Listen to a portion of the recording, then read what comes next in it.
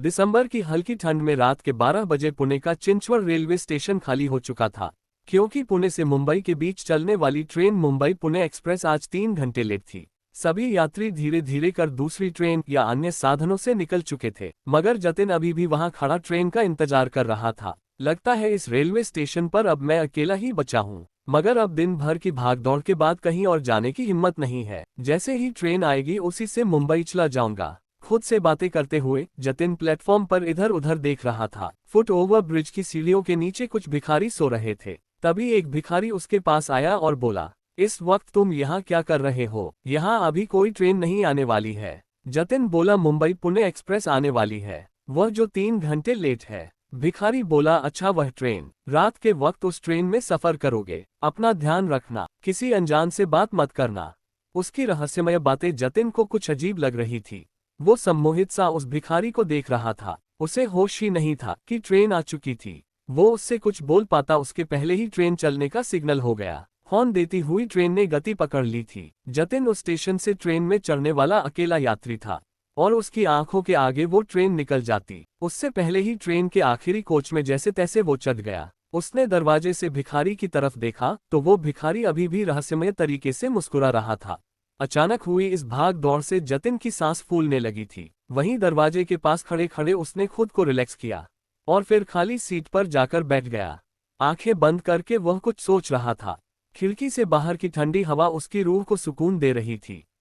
तभी उसे एहसास हुआ कि कोई उसके करीब तेजी से सांसें ले रहा है। उसने आंखें खोलकर देखा तो उसके पास कोई नहीं था। यहाँ तक कि पूरा कंपार्टमेंट खाली था। पुणे मुंबई चलने वाली ट्रेन में कभी पैर रखने की भी जगह नहीं होती। उसका खाली कंपार्टमेंट जतिन के मन में बेचैनी पैदा कर रहा था।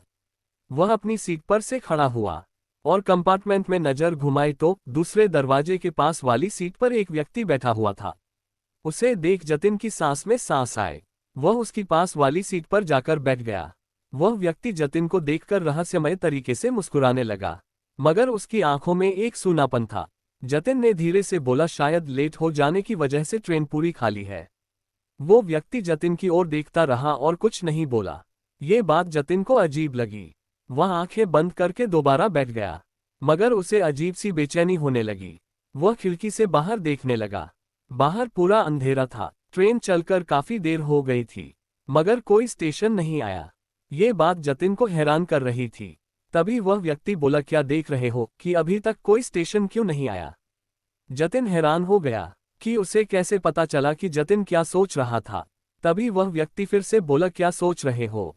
मुझे पता है कोई स्टेशन नहीं आया है और नहीं आएगा। तुम गलत ट्रेन में चढ़ गए हो। जतिन बोला, नहीं, मैं तो सही ट्रेन में चढ़ा था। व्यक्ति बोला, क्या तुमने गौर किया तुम्हारे अलावा इस ट्रेन में कोई और क्यों नहीं चढ़ा? और यह पूरा कंपार्टमेंट खाली क्यों है? जतिन को अब उसकी बात पर यकीन हो रहा था। उसने गेट के पास खड़े होकर देखा तो बाहर सिर्फ अंधेरा नजर आ रहा था। दूसरे कंपार्टमेंट में जाने के लिए कोई रास्ता नहीं था। वह वापस अपने जगह पर आकर बैठा और उसने नजर उठाकर देखा तो उसके सामने बैठे हुए इंसान के सर से खून बह रहा था। उसका सर कुचला हुआ और आंखें निकली हुई थी। ये देख जतिन डर गया और उससे दूर भागने लगा। वो व्यक्ति उसके करीब आ रहा था। जतिन डरते हुए दरवाजे के कोने में खड़ा हो गया। उसकी आंखें बंद थी। तभी उसे अपने कंधे पर किसी के हाथ का एहसास हुआ। उसने आंखें खोली तो सामने वही व्यक्ति नॉर्मल तरीके से खड़ा था। क्या हुआ, इस तरह क्यों चीख रहे थे? कोई दिक्कत है? वो व्यक्ति बोला। जतिन को अपने आंखों पर विश्वास नहीं हो रहा था। जतिन डरते हुए बोला, अरे आपका चेहरा तो ठीक है, अभी तो खून बह रहा था। व्यक्ति बोला, अरे वह खून, वह तो बरसों पहले मुझे चोट लगी थी, उसके कारण तुम्हें नजर आया होगा। जतिन बोला, बरसों पहले की चोट का खून? अब? व्यक्ति बोला, हाँ, करीब 20 साल पहले मैं इसी ट्रेन से सफर कर रहा था। उस दिन भी ये ट्रेन लेट हो गई थी। प्लेटफॉर्म पर मेरे साथ 1-2 पैसेंजर ही थे। मैं ट्रेन में चढ़ा तो मेरे पीछे कुछ शराबी भी चढ़ गए। पूरी ट्रेन खाली थी, उसके बावजूद जगह के लिए मेरे साथ हाथापाई करने लगे और थोड़ी सी बहस हुई तो उन लोगों ने मुझे चलती हुई ट्रेन से बाहर फेंक दिया। मेरा सर बिजली के पोल से टकराया और मैं पटरी पर गिर गया। उसमें से खून की धार बह गई। इसके पहले कि मैं खुद को संभाल पाता, एक ट्रेन धड़धड़ाते हुए मेरे ऊपर से गुजर गई। तब से मैं इस ट्रेन में उन लोगों को तलाश रहा हूं। ना जाने कब मेरी तलाश पूरी होगी। कहते हुए उस व्यक्ति के चेहरे पर मायूसी के भाव आ गए।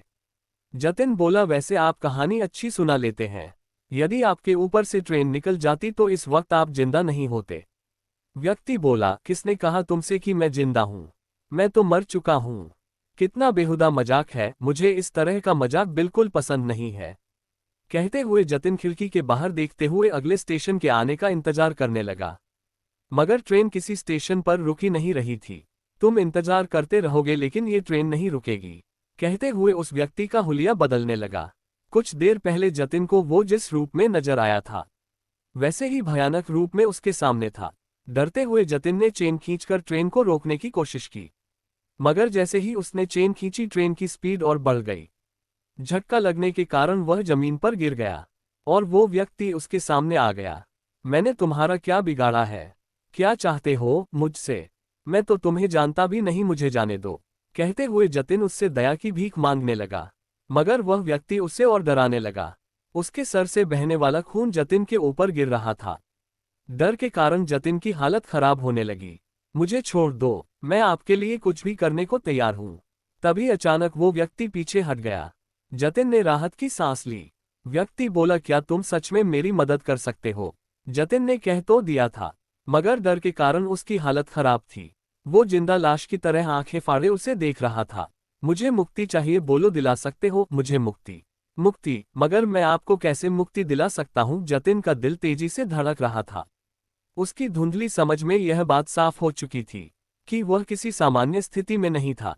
ट्रेन, वह व्यक्ति और पूरी रात सब कुछ एक बुरे सपने जैसा लग रहा था जिससे वह जाग नहीं पा रहा था। उसकी आंखों में डर और उलझन थी, मगर उसके सामने खड़ा शख्स उसे जाने ही नहीं दे रहा था।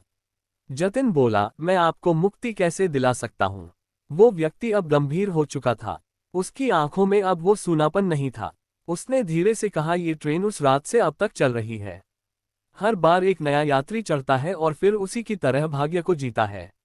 जतिन पूरी तरह स्तब्ध था। उसकी सांसें थम गई। उसके दिमाग में सवाल उठने लगे, कहीं वो भी तो इस ट्रेन में हमेशा के लिए फंसने वाला नहीं।